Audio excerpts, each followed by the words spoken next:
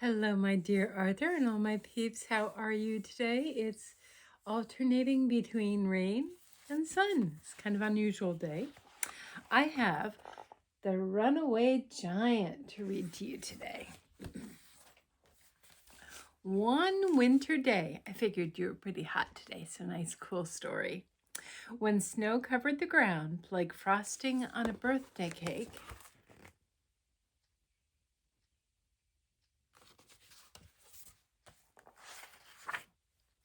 Brown Bear curled warm in his rocky cave, dreaming of sweet wild honey.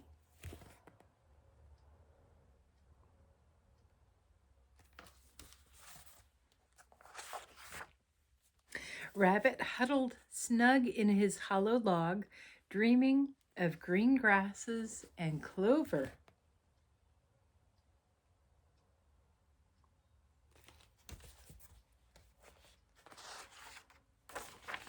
Crow drowsed in a thornberry bush, thinking of ripe golden kernels of corn.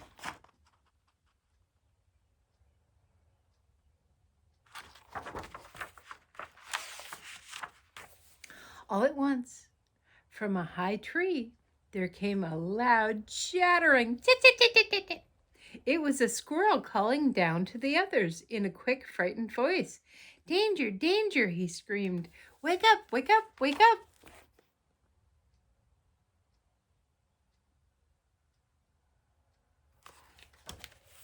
I wonder what it is he's seeing.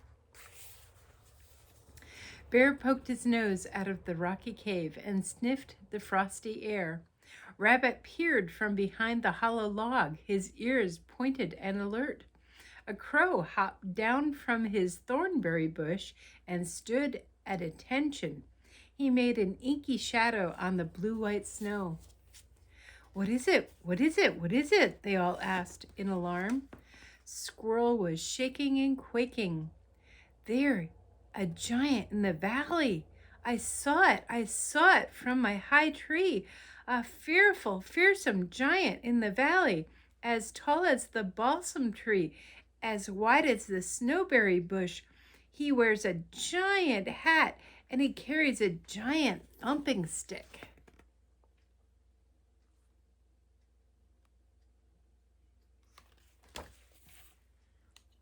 Oh boy.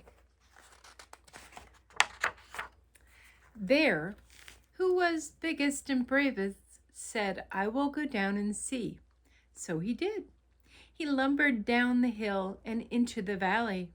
The sun shone warm and bright. Bear made wide paw prints on top of the crusty, crunchy snow.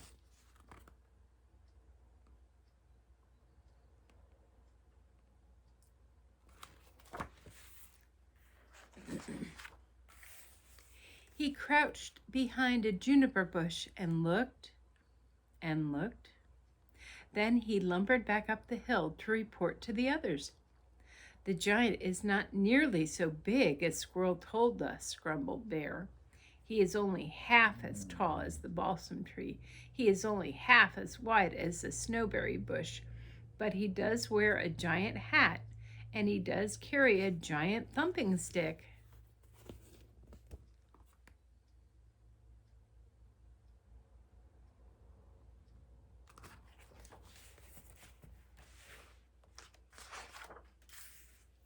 Rabbit, who had sharp ears and swift legs, said, I will go see for myself. So he did. He went hurry-scurry down the hill and into the valley. The sun shone warm and bright. Rabbit made deep little footmarks in the soft, powdery snow.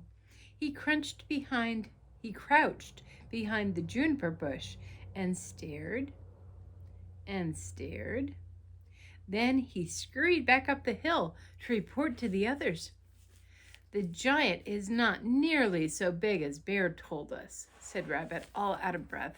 He is only 1/4 as tall as the balsam tree. He is only 1/4 as wide as the snowberry bush. But he does wear a giant hat, and he does carry a giant thumping stick.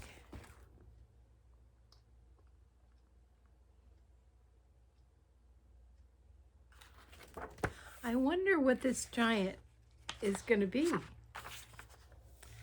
Crow, who is clever and crafty and wise, said, "Caw! If he is no bigger than that, maybe we can scare him away. Let us all make a fearsome, fearful noise." So they did. Bear growled, and he yowled.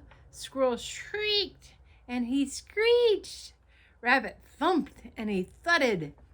Crow called out, "Caw, caw, caw," in a frightening, frightful voice. The sound rang out over the valley. It echoed back from the valley.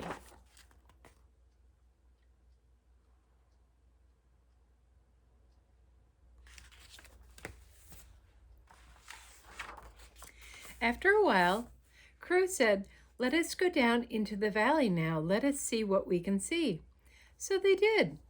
Down the hill they went, making 4 little trails of step marks in the soft, wet snow.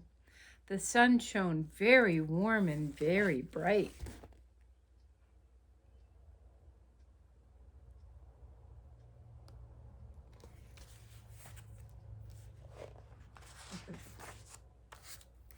They all crouched behind the juniper bush.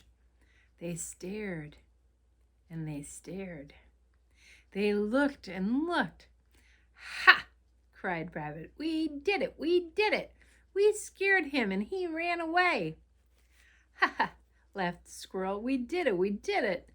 "Ha ha! Caw, caw!" called Crow. "What a cowardly giant he was! He ran off in such a hurry that he left his hat and thumping stick behind."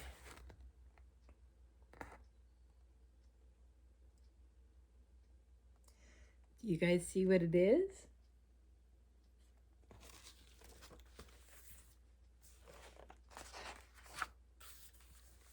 "Aha! Ho-hum!" growled Bear. "I am very sleepy. Let us go back up the hill and finish our naps." So they did.